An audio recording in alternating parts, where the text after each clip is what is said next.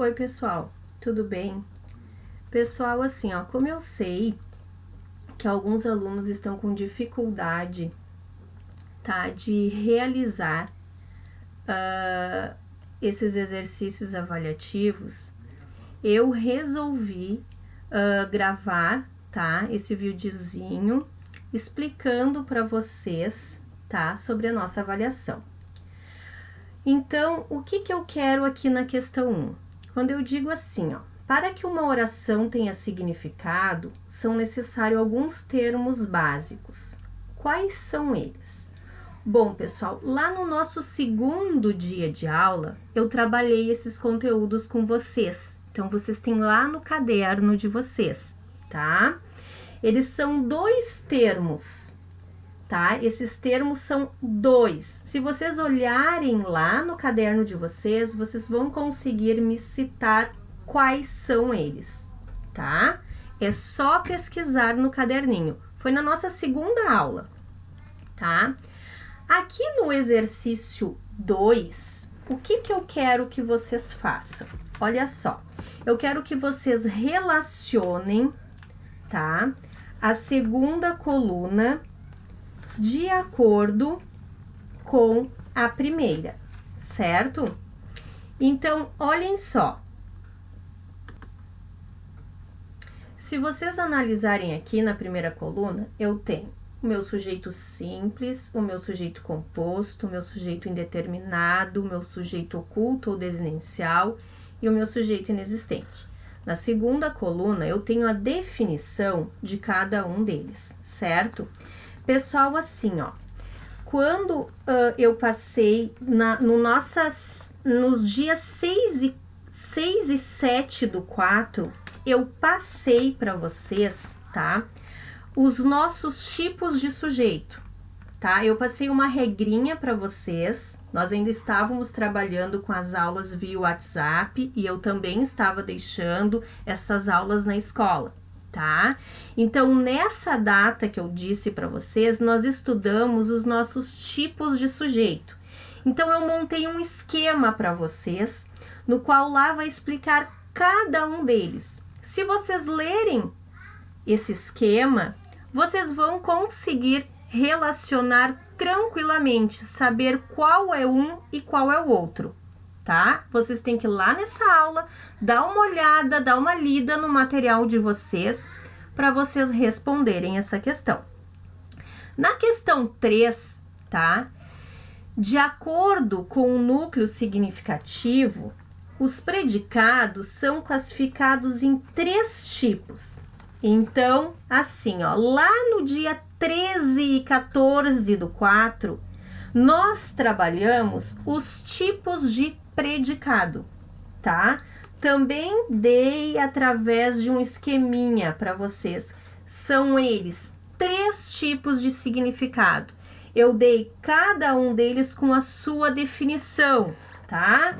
Eu não preciso, aqui ó, de acordo com seu núcleo significativo, os predicados são classificados em 3 tipos. Eu não preciso das definições, eu só quero saber quais são eles, tá? Tá bem claro, tá bem explicado. Se vocês pegarem esse material de vocês, vocês vão ler, tá ali, tá? Não tem erro.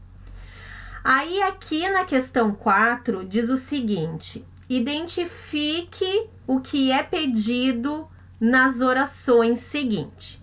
Eu dei a seguinte frase: as férias finalmente vão começar. O que eu quero que vocês façam aqui? Eu quero que vocês me classifiquem, tirem daquela frase qual é o sujeito da frase. Ah, professora, mas eu não lembro o que é o sujeito.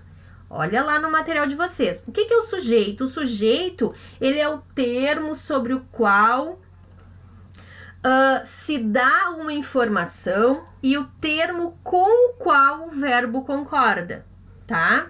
Eu lembro também que eu gravei um vídeo assim, dessa forma que eu tô explicando para vocês, sobre todos esses conteúdos, explicando cada um deles. Se vocês derem uma olhada, né, novamente naquele vídeo, nas minhas explicações, tá bem claro lá para vocês também.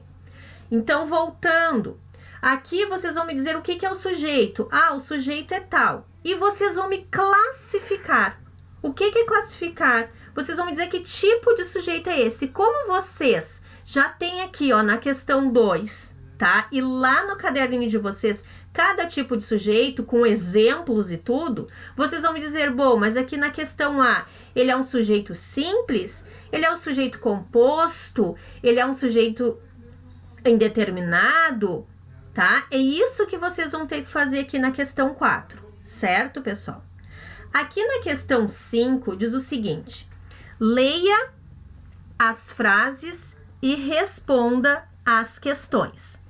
Então, eu dei ali a frase A, eu quebrei o prato. A frase B, o prato foi quebrado por mim. A primeira frase ela é interpretativa. Há alguma diferença de significado entre a frase A e a frase B? Vocês vão me responder sim ou não. Há ou não há.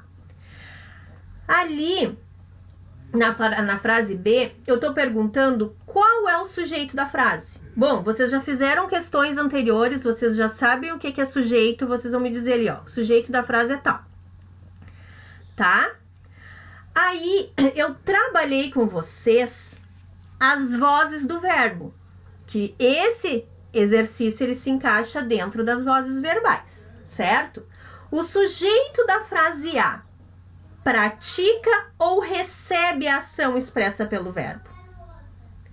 Isso vocês vão me responder. Ah, ele pratica a ação. Ah, ele recebe a ação expressa pelo verbo. A mesma coisa vai ser na frase D. Qual é o sujeito da frase B? Aí vocês vão olhar para a frase B. Ah, o sujeito é tal. O sujeito da frase B, ele está praticando ou ele está recebendo a ação? Vocês vão me dizer, ó, ele está praticando ou ele está recebendo. Então, se vocês olharem lá, estudarem o nosso conteúdo, ler o conceito novamente do conteúdo sobre vozes verbais, vocês vão saber responder essa questão, tá? E se vocês observar esse quadro aqui, pessoal, ó, esses dois quadros, vocês também vão saber responder a questão 5, olhando os quadrinhos da questão 6, tá? Então, vamos para a questão 6. Vamos ler, então, pessoal, o que pede a questão 6. Observe os quadros abaixo. Logo após, destaque os sujeitos de cada frase e classifique-os em sujeito, agente ou paciente. Quando o sujeito pratica a ação expressa pelo verbo, dizemos que o sujeito é agente e o verbo está na voz ativa. Quando o sujeito recebe a ação expressa pelo verbo, dizemos que o sujeito é paciente e o verbo está na voz passiva. Então, observe a seguinte frase que eu vou falar para vocês agora como exemplo. A comissão sorteou a tartaruga. Tá? Destaque o sujeito dessa frase. Ah, o sujeito da frase é a comissão, tá? Então, agora eu tenho que classificar se ela é um sujeito agente ou paciente. Bom, se eu digo a comissão sorteou a tartaruga, eu sei que o meu sujeito é a comissão, tá? O meu sujeito aqui nessa frase, ele está praticando ou ele está recebendo a ação expressa pelo verbo? Ah, ele está praticando. Ó, a comissão sorteou a tartaruga. Bom, se ele está praticando, eu sei que o meu sujeito é agente. Agora, se eu pego a frase assim, a tartaruga foi sorteada pela comissão. Ah, qual é o sujeito da frase? Bom, o meu sujeito da frase agora é a tartaruga. Então tá, defini que o meu sujeito é a tartaruga. Foi sorteada pela comissão. Ela tá recebendo ou ela tá praticando a ação? Ah, não, nesse caso aqui ela recebe a ação expressa pelo verbo.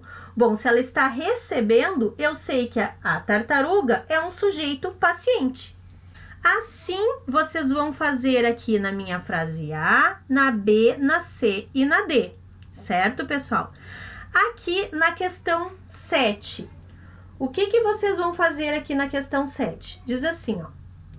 Passe as orações da voz ativa para a voz passiva e destaque o agente da passiva. Eu até dei um exemplo para vocês. A primeira frase, a menina quebrou o vaso, ela está na voz ativa, tá? Se eu for passar para a voz ativa, para a voz passiva, quem é que vai ser o meu sujeito? O vaso.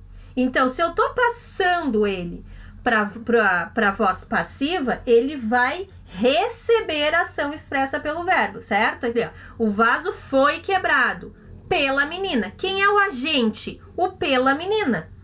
Tá? É a mesma coisa se eu digo ali, a tartaruga foi sorteada pela comissão, tá? Quem é o agente da passiva da minha frase da tartaruga? O pela comissão. E aqui como vai funcionar? A menina quebrou o vaso, frase da voz ativa. Ah, como é que eu passo essa frase para a voz passiva? O vaso foi quebrado pela menina. E o que vocês vão ter que destacar é o agente da passiva, que no caso aqui seria o pela menina. Tá bom, pessoal? Assim vocês vão fazer na frase A, na frase B, na frase C e na frase D. Ali na questão 8, ó, na comunicação oral, utilizamos um conjunto de recursos. As entonações, as pausas, a melodia, o silêncio. Eu estou conversando com vocês, né? E eu paro, eu converso, eu dou uma paradinha, eu estou respeitando um tempo, eu estou respeitando a pausa. Mas quando eu estou escrevendo, né? Quais são esses recursos que eu uso? Como que esses recursos são representados? Essa explicação, ela tá dentro lá do nosso conteúdo que eu passei para vocês de pontuações. Se vocês lerem o conceito lá, tá bem explicado lá no nosso conteúdo de pontuações. E vocês vão me explicar que recursos são esses, de que forma eles são representados, tá?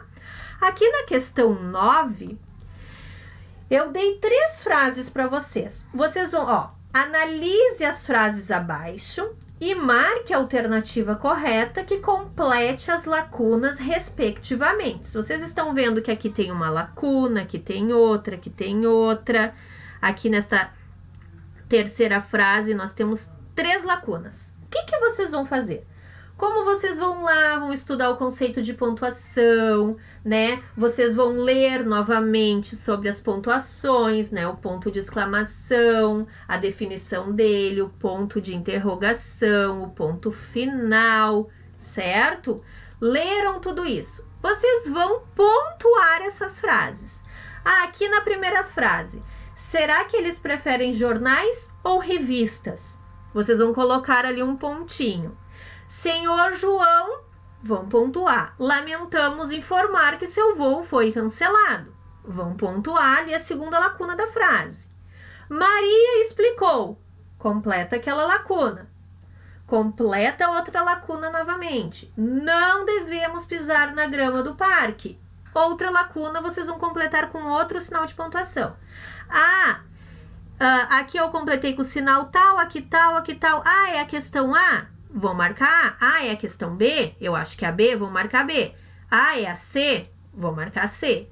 Ah, não, mas eu acho que é a D. É uma delas. O que é respectivamente? É na ordem. Primeiro esse, segundo, terceiro, quarto, quinto, sexto. Então, eles estão na ordem. Por isso, respectivamente. Então, vocês vão pegar, mas o primeiro é esse. O segundo é tal. Aí vocês vão olhar a ordem certa, que está os sinaizinhos de pontuação, que vão completar ali, que completou a lacuna de vocês e vocês vão marcar. Certo, pessoal? Na questão 10, como eu expliquei para vocês darem novamente uma olhada, eu expliquei cada sinalzinho de pontuação, eu conceituei cada um deles, vocês vão marcar a alternativa V para as sentenças, as frases se estiverem verdadeiras, e F se as frases estiverem falsas. Ó, aí vocês vão pegar os 2 pontos. É usado para indicar que a ideia que se pretende exprimir não se completa com o término gramatical da frase. Ah, essa sentença é verdadeira ou falsa? Bom, eu não tenho certeza. Eu vou lá no meu caderno, lá no meu Classroom, ou lá no meu caderno, lá onde eu estou salvando as minhas atividades, eu vou olhar o conceito de 2 pontos. Bom, mas eu não lembro Para que serve os 2 pontos? Eu não lembro o que quer dizer o travessão. Vocês vão lá, vão olhar, vão ler. Ah, não, realmente, o que está dizendo aqui nessa frase é verdadeiro. Então, vamos marcar verdadeiro. Ah, não, realmente, essa frase aqui ela é falsa, tá? Então, é isso que vocês têm que fazer, tá, pessoal? Assim, ó, caso vocês ainda fiquem com alguma dúvida, vocês podem ir lá no Classroom, deixar um comentário, ou vocês podem irem lá no grupo de WhatsApp, me chamar, perguntar, eu vou responder para vocês novamente, tá? Agora, o que vocês também têm que fazer, pessoal, é olhar o material de vocês, tá? Para vocês, porque tudo o que eu cobrei aqui, vocês têm no material de vocês. Então, deem uma olhada, deem uma lida, leem novamente, tá? Para as coisas ficarem bem claras e resolvam os exercícios. Qualquer dúvida, podem me procurar. Tchau, tchau!